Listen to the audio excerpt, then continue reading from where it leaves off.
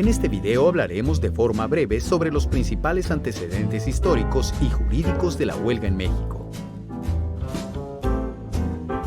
Podríamos pensar que antes de la Revolución fueron muy pocos los movimientos huelguistas en México. Por eso sorprende que la primera huelga en la que se tiene registro en México data del 4 de julio de 1582, cuando los trabajadores de la Catedral Metropolitana de la Ciudad de México suspendieron labores, exigiendo mejores condiciones de trabajo. CNDH sin fecha. De acuerdo con Daniel Cosío Villegas, citado por Santiago Barajas Montes de Oca, en el primer Código Penal de 1872 se imponían sanciones a las personas que materializaran la suspensión de labores por medio de violencia física o moral. Este código tenía vigencia en el Distrito y Territorios Federales, y años después fue adoptado por Coahuila, Jalisco, Nuevo León, Querétaro y otros. A pesar de la prohibición, en el periodo de 1876 a 1910, que comprende el Porfiriato, se llevaron a cabo más de 200 movimientos de huelga, principalmente por trabajadores ferrocarrileros, de la industria textil y de la industria cigarrera. Las principales causas de estas huelgas fueron la disminución del salario, los malos tratos a los trabajadores, los despidos injustificados y los sistemas de castigos y multas.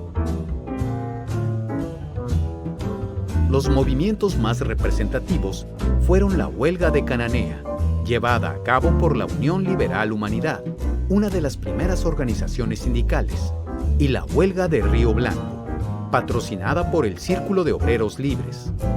Estos movimientos fueron los primeros que realmente representaron un fenómeno social de rebeldía y de masas, y que sentaron las bases para la revolución.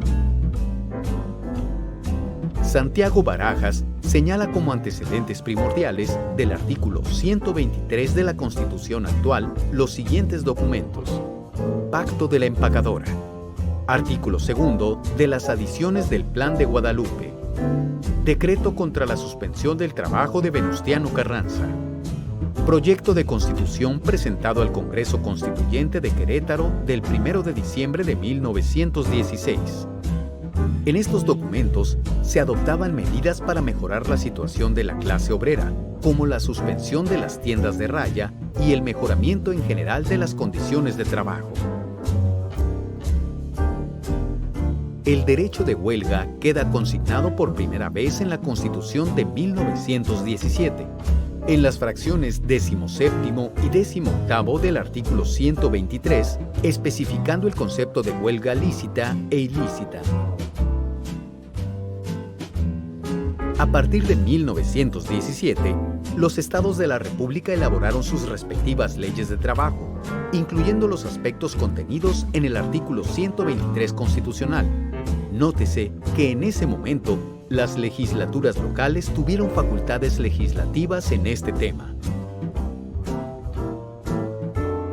Para que esta materia fuera exclusiva de la Federación y no de los estados, se presentó el proyecto de Código del Trabajo de 1929. Este código señalaba la procedencia de la huelga por conflictos de carácter individual. Además, se indicaron objetivos específicos para la huelga y se puntualizó que ésta solo suspendía el contrato de trabajo sin extinguir los derechos consagrados en el mismo. En 1931, se publica la primera Ley Federal del Trabajo, la cual, por lo que respecta al derecho de huelga, siguió la línea del proyecto de Código del Trabajo de 1929, pero además se fijaron sanciones contra los actos de coacción en relación con los requisitos de la prehuelga. Esta ley evolucionó de tal forma que en 1970 se publicó la nueva Ley Federal del Trabajo, la cual ha tenido una serie de reformas sustanciales. La más relevante es la del 1 de mayo de 2019. Como pudiste observar, el derecho de huelga se encuentra normado desde 1917. ¿Crees que la Ley Federal del Trabajo actual refleje un avance real en comparación con los ordenamientos mencionados con anterioridad?